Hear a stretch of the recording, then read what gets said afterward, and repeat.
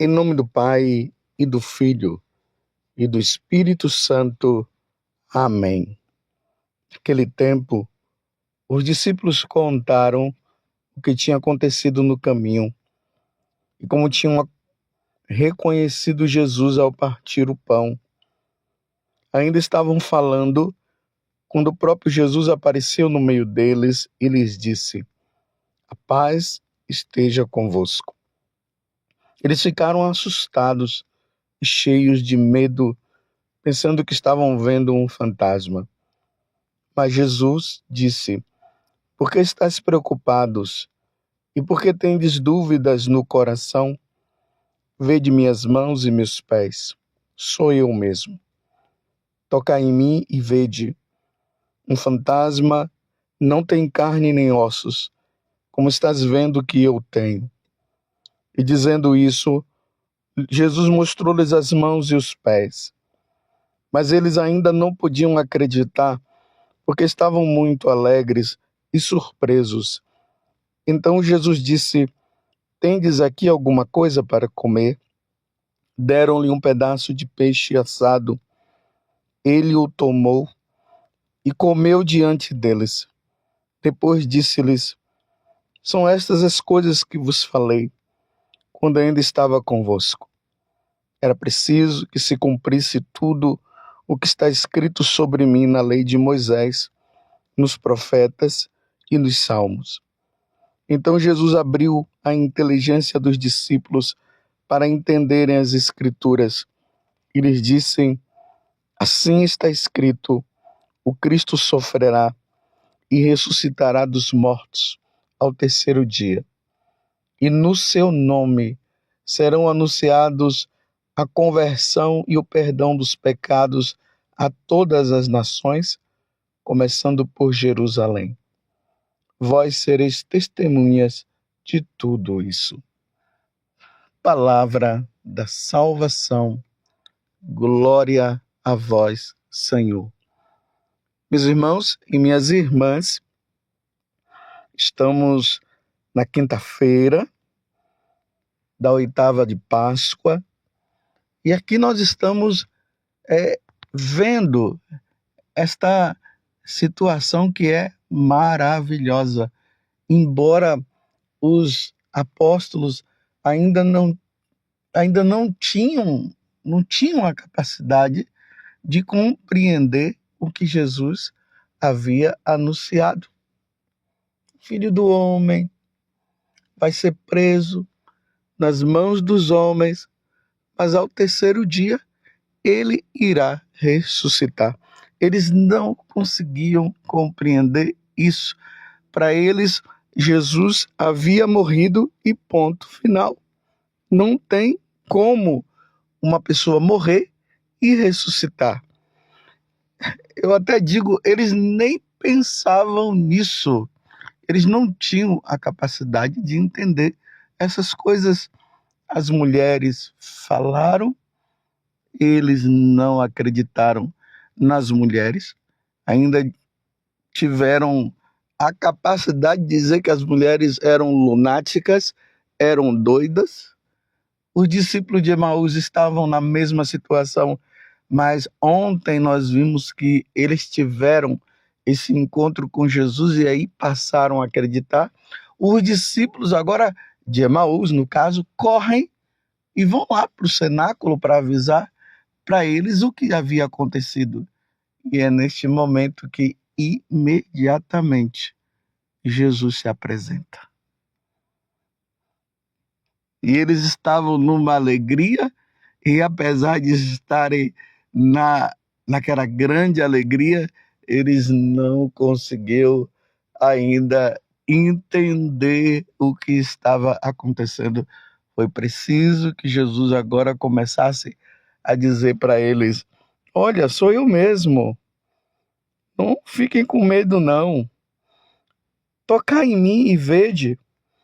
Um fantasma não tem carne nem ossos, como estás vendo que eu tenho." Lembrando que essa passagem está em Lucas capítulo 24, do versículo 35 até o 48. E dizendo isso, Jesus mostrou-lhes as mãos e os pés.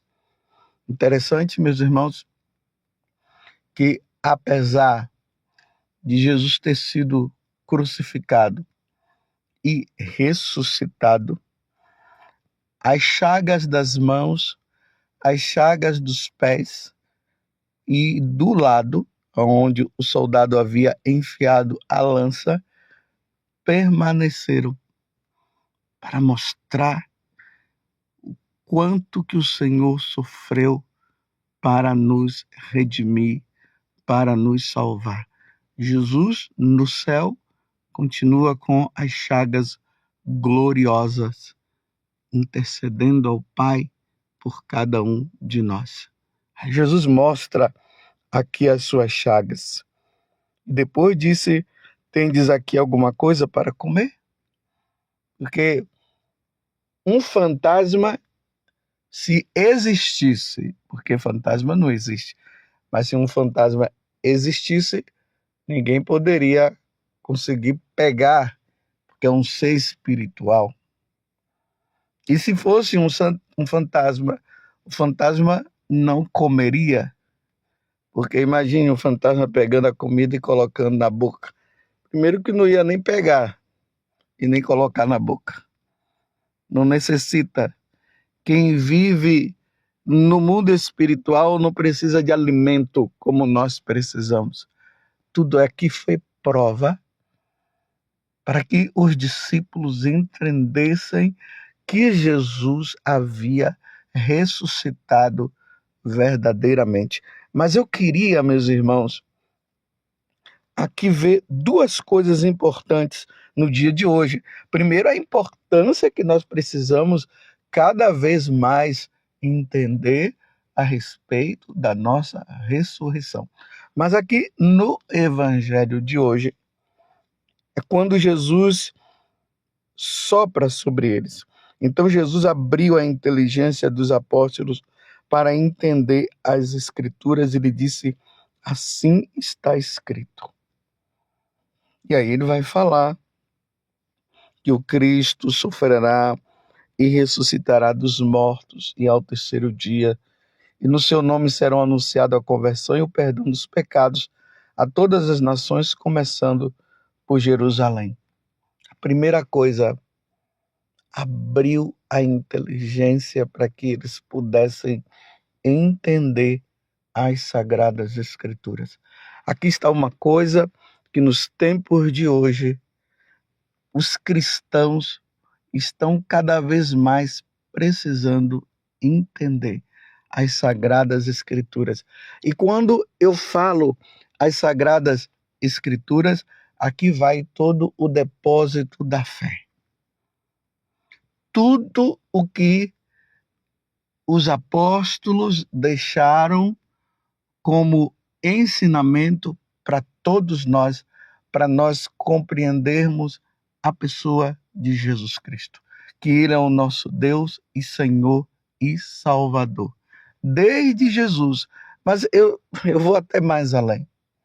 Desde o livro do Gênesis até o Apocalipse. Desde quando Deus começou a criar todas as coisas até a nova criação que se dá com todos aqueles que depois que ressuscitaram estão agora diante da face de Deus. É crucial, meus irmãos, é importante que nós entendamos as Sagradas Escrituras. Mais uma vez eu digo, aqui vai a Sagrada Escritura, a tradição da igreja, o magistério que nos ensina, o catecismo da igreja que está ali resumido, o ensinamento, todo o depósito, tudo aquilo que nós precisamos entender para nos redimir. Peçamos nesse tempo agora de ressurreição do Senhor, esse tempo que nós estamos vivendo, graças a Deus, na Sagrada Escritura, ou vivendo na liturgia da igreja, esse tempo pascal, peçamos a Deus a graça de entendermos as Sagradas Escrituras. Mas para se entender, é preciso ler, é preciso estudar, é preciso meditar. Eu mesmo estou pedindo a Deus a graça hoje. Dai-me, Senhor, a graça de entender as Sagradas Escrituras. Nós vivemos um tempo muito difícil. É muita gente falando muita coisa. Tem coisas que estão certas, tem coisas que estão erradas, tem coisas que confundem e nós não podemos nos confundir. Então, Senhor, abra a nossa inteligência, conceda, Senhor, a nós a capacidade de entender. E aqui depois o que Jesus fala, que é preciso que eles anunciem a conversão e o perdão dos pecados a todas as nações, começando por Jerusalém. Aqui, meus irmãos, tem um princípio muito importante para que nós também não sejamos confundidos. Olha o que é que Jesus está dizendo: que eles deveriam ensinar a conversão e o perdão dos pecados a todas as nações. Ou seja, todas as nações que estão iludidas com os seus deuses, com as suas religiões, elas precisarão chegar ao conhecimento do verdadeiro Deus, que é Jesus Cristo. Aqui é uma confusão que hoje também está na igreja. Foi introduzida essa confusão na igreja, que todas as religiões nos levam a Deus. Se todas as religiões nos levam a Deus, então não precisaria Jesus estar mandando que os discípulos vão e anunciem a conversão e o perdão dos pecados. A conversão que consiste justamente nessa mudança de mentalidade. Nós temos um Deus único em 3 pessoas. E a segunda pessoa, que é Jesus Cristo, foi enviado pelo Pai, na força do Espírito, para nos ensinar, para nos levar ao verdadeiro conhecimento do Deus único. E se nós não tivermos o conhecimento deste Deus único, tendo as oportunidades e não nos abrirmos a essa oportunidade, não haverá conversão. Não havendo conversão, não haverá salvação para aqueles que puderam ter a capacidade de receber o novo ensinamento. Então vamos deixar essa concepção errada, que vivem dizendo que todas as religiões levam ao céu, levam à salvação. Mentira, meus irmãos. A conversão se dá por meio de Jesus Cristo. Ninguém vai ao Pai senão por mim. Ninguém se salva se não for por meio de nosso Senhor Jesus Cristo. Ninguém se salva se não for por meio de nosso Senhor. E nesse tríduo pascal nós podemos ver isso, a realização das promessas. Lá no livro do profeta Isaías, no capítulo 53, descreveu tudo o que iria acontecer com o Filho do Homem, com nosso Senhor Jesus Cristo. E nós vimos ele morrendo e ele ressuscitado agora. Não há salvação se não for por meio de nosso Senhor Jesus Cristo, aquele que ressuscitou verdadeiramente. Este é o dia que o Senhor fez para nós. Alegremo-nos e nele quem? Em Jesus. Exultemos nele. Aleluia. É o Salmo 117, versículo 24. Na primeira leitura, nós vemos justamente Pedro falando isso.